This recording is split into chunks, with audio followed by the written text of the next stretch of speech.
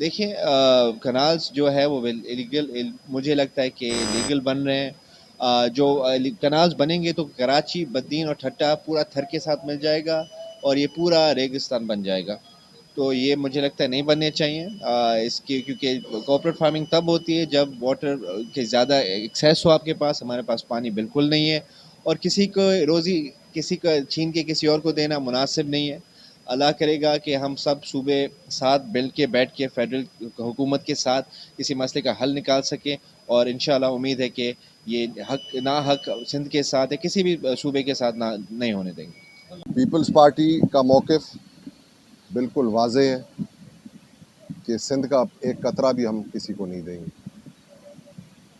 کافی opposition والوں نے اس چیز کو پھیلایا کہ صدر زرداری نے کینالز دے دی ہیں، ان کو پانی دے دیا ہے سندھ کا۔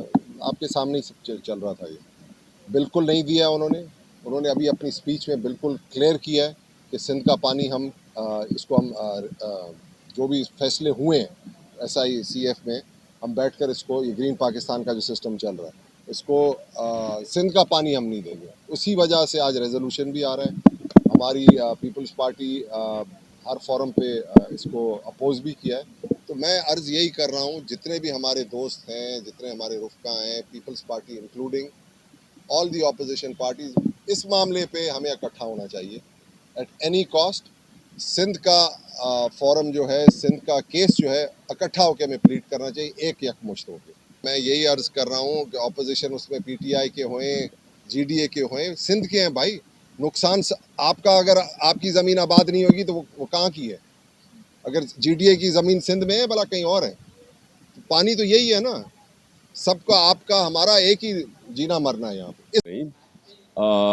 دیکھیے، اس وقت یہ جو کینال بہت بڑا ایک ایشو بن گیا ہے، پورے سندھ کے عوام بے چین ہے، اور میں سمجھتا ہوں یہ بالکل ناانصافی ہے۔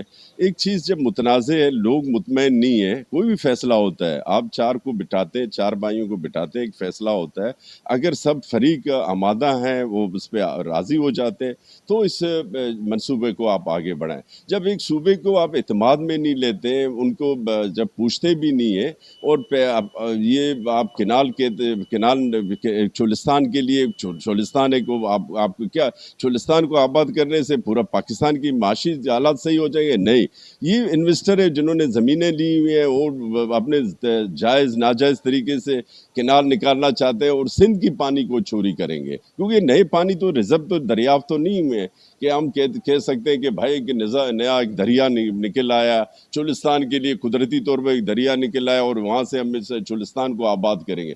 بھائی زمینیں آباد کریں، جو بنجر زمینیں آباد کریں، تو سندھ کے اندر بھی بنجر زمینیں، اس جو ریزرو پانی، جو ایکسٹرا پانی ہے، وہ سندھ کو دے دیں۔